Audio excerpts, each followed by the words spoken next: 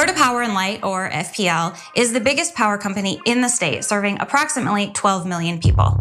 FPL is also one of the biggest political spenders in the state, and that is how FPL has been able to gouge working-class Floridians over $1.5 billion in rate increases over the next couple of years. Get ready to pay more for your power. Florida Power and Light customers across Northwest Florida say they're worried about their bills. Like right now, my bill is $569 for this month. Wow. That's not a late payment, that's an actual payment. And FPL can't blame these high bills on inflation because the company also leads the nation in shareholder and executive profit. 2018 was a blue wave across the nation, but here in Florida, thanks to millions of dollars from FPL, Republicans were able to secure a stronghold on the state, putting Governor Ron DeSantis in the governor's mansion and securing a supermajority in the state legislature. Florida. Lord help us. And if that wasn't maddening enough, the lever has uncovered more about DeSantis and utility companies exploiting their residents. Check out this headline. DeSantis lets electric company hide their dirty work. Thank you, Matthew Cunningham Cook, for this reporting. As more than 9 million in utility and utility connected cash flooded the coffers of Florida Governor Ron DeSantis' campaign and the state Republican Party he controls, his appointee to the little-known body allowed utility companies to stop disclosing information about how they are shutting off the power for thousands of struggling Florida residents. Now, America, I gotta tell you something. It is legal to bribe politicians in the United States of America. Just in case you didn't know that, just in case you weren't watching any episodes where I let you know, it is legal to bribe politicians.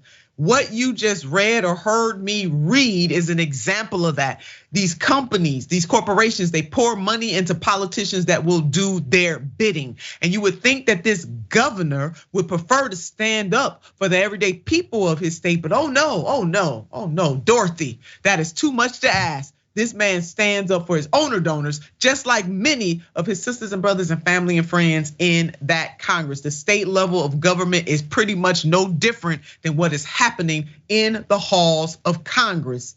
I'm gonna put this in the sin and the shame category too. So we 2 for 2 today. In November of 2021, Florida's Public Service Commission issued a memorandum allowing electric utilities to stop disclosing their shutoff data. The memorandum, which reversed the commission's September 2020 decision to collect the data to track the pandemic's effect on utility customers, came after DeSantis stacked the board with his appointees. Yes, if you asking me, S&T is the system rigged. Absolutely, it is rigged. And this is just yet another example of the rigging. The number of residents disconnected from their power is astounding and it is maddening. NextEra, the parent company of Florida's largest utility, Florida and Power Light, disconnected over 700,000 Floridians in 2021 and 1.1 million Americans nationwide since 2020, according to a report from Bailout Watch last month.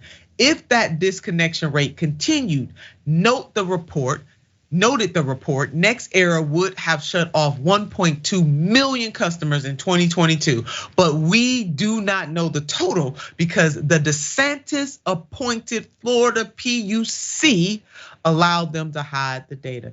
Yasmin, I mean, this is poster child for the example that we often give about how politicians are bribed, and then how once they get that cash to run for office, how they use their power to the advantage of the people who were bribing them.